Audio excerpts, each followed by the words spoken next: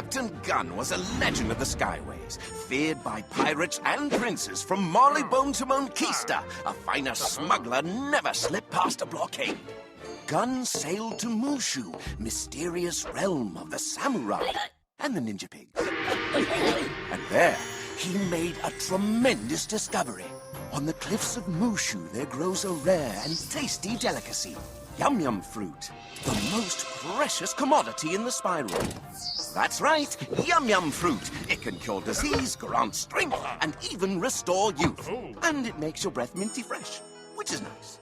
Unfortunately, the Emperor of Mushu holds yum-yum trees sacred. Stealing yum-yum fruit is punishable by death. If you get caught.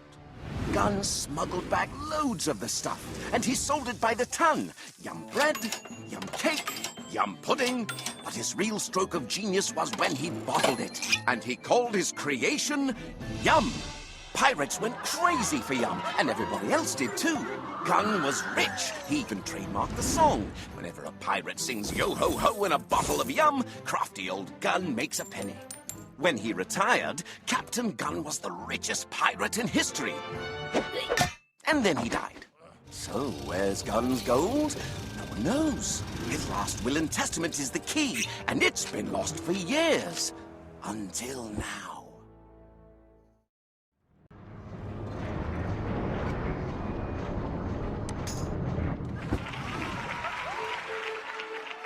Have you heard of El Dorado?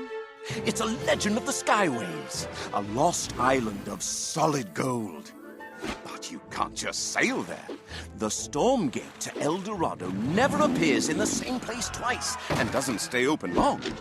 Marco Polo, greatest explorer the spiral has ever known, made a map that can guide a ship to El Dorado. That map is the key to unimaginable wealth. The problem is, that much wealth is dangerous. Pirates will kill for it. So, to protect the secret, Marco Polo tore his map into 7 pieces and hid them throughout the spiral. I don't know how, but Captain Gunn got one of the pieces. You've seen it, you know. You don't remember?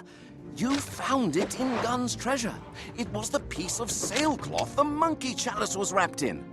Truth be told, that sailcloth was the reason I sent you after Gunn's treasure in the first place.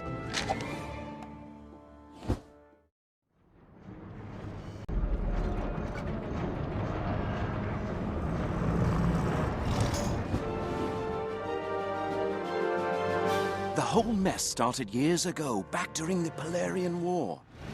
Marleybone, Valencia, Monquista, all the great powers were drawn into a terrible war with Polaris, which threatened to tear the spiral apart. The first clockwork soldiers were invented by some genius in Valencia. The Valencians built a horde of them and gave them control of their navy. The new Armada helped end the war.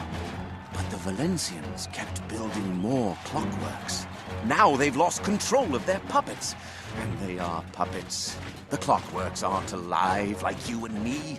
Hollow men, run on gears and wires. Heartless, soulless, and ruthless. Kane, first of the clockworks, commands the Armada.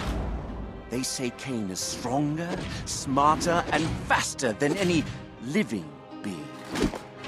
Kane has a court of elite clockworks to do his will. You know one of them. Deacon, Kane's spy master. He's the one who imprisoned you.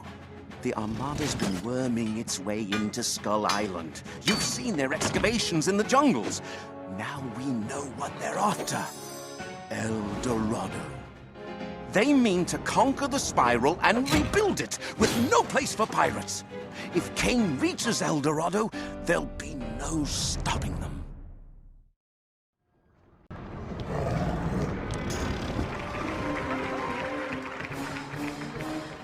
Where to begin? Some say Napoleguin is the most dangerous mind in the spiral. I don't know about that, but I can tell you he is a military genius, and surprisingly short. Oh, but please don't tell him I said that. He has this thing about his height and wearing tall hats, and, you know what? Forget I said anything. You have been to Polaris, right? No? Oh my, well, it's a lovely place if you like glaciers, and penguins, and pickled herring. Oh, yes, Napoleguin, military genius. Well, you do know that he managed to climb from shipping clerk to Emperor of Polaris in only 10 years. It's true. Granted, the Penguin Revolution helped, but that's still a very impressive track record. And once he became emperor, oh my, that's when it turned scandalous. He rebuilt the Polarian Navy from the ground up and attacked all of his allies at once. Valencia, Marylebone, and Monquista. The greatest military powers in the spiral. How's that for ambition? What's that? Oh, Napoleon. Well, he was betrayed, of course. Oh, I'm sorry. I assumed you knew the rest. Marylebone started a revolt in Napoleon's backyard, and Valencia unleashed that clockwork armada. They turned the tide. Napoleon was captured and imprisoned here, at Fort Elena. Fort Elena is also where they're holding our friend, Mustang Sally. And I have to say, it's an absolute beast of a prison. Thick walls, stout gates, huge guns, and an army of guards. Cortez and I intend to free Napoleon. It's a crazy idea, I know, but Cortez wants Napoleon to win his little civil war in Monquista, and as for me, well, my fee will keep me and Mr. Norrington in pickled herring for the rest of our days.